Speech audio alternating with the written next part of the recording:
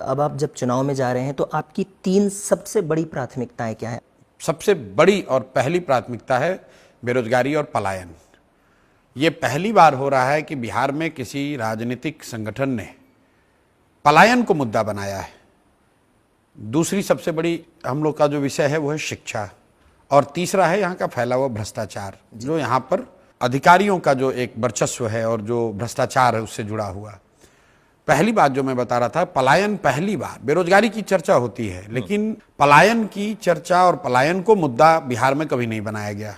लोगों ने, समाज और सरकार दोनों ने पलायन को बाहर जाकर कमाने को, बाहर जाकर पढ़ने को, बाहर जाकर इलाज कराने को जीवन का एक तरीके से अपना हिस्सा ही मान लिया है कि ये नियति है कि भाई अगर कमाना है तो बाहर जाना पड़ेगा। अब तक जब लोग बाहर जाने की बात करते थे तो लोग इसको गर्व का बात बताते थे।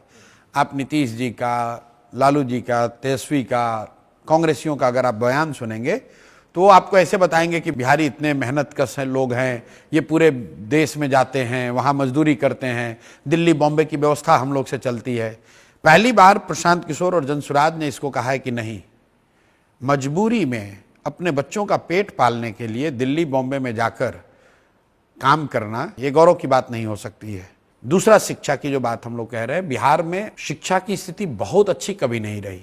हम लोग खुद यहीं सरकारी विद्यालय से पढ़े हैं, लेकिन लालू जी के राज तक भी प्रखंडों में, जिलों में 2-4 विद्यालय ऐसे जरूर थे जहां, सरकारी विद्यालय, जहां से पढ़कर आप आगे बढ़ सकते थे। और इस पूरे कालखंड में नीतीश जी के शासन में शिक्षा और जो विद्यालय हैं ये सरकारी सुविधाओं को बांटने का केंद्र बन गए।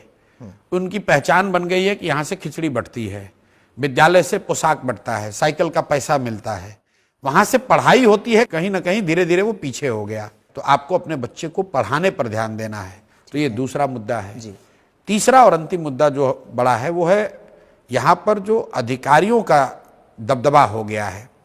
नीतीश जी की जो पूरी व्यवस्था है वो चंद 4-5 अधिकारी चलाते हैं और ऐसा उनका रुतबा है, वो जो चाहे वो कर ले।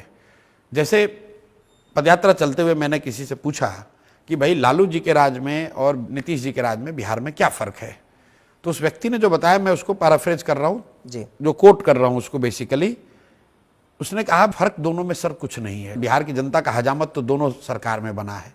फ़र्क बस इतना ही है कि लालू जी के राज में ये हजामत बनाने का काम अपराधी कर रहे थे और नीतीश जी के राज में ये काम अधिकारी कर रहे हैं। तो ये 3 मुद्दे, बेरोजगारी, पलायन, दूसरा शिक्षा की ध्वस्त व्यवस्था को सुधारना, और तीसरा जो अफसरशाही और भ्रष्टाचार है, इससे निपटना।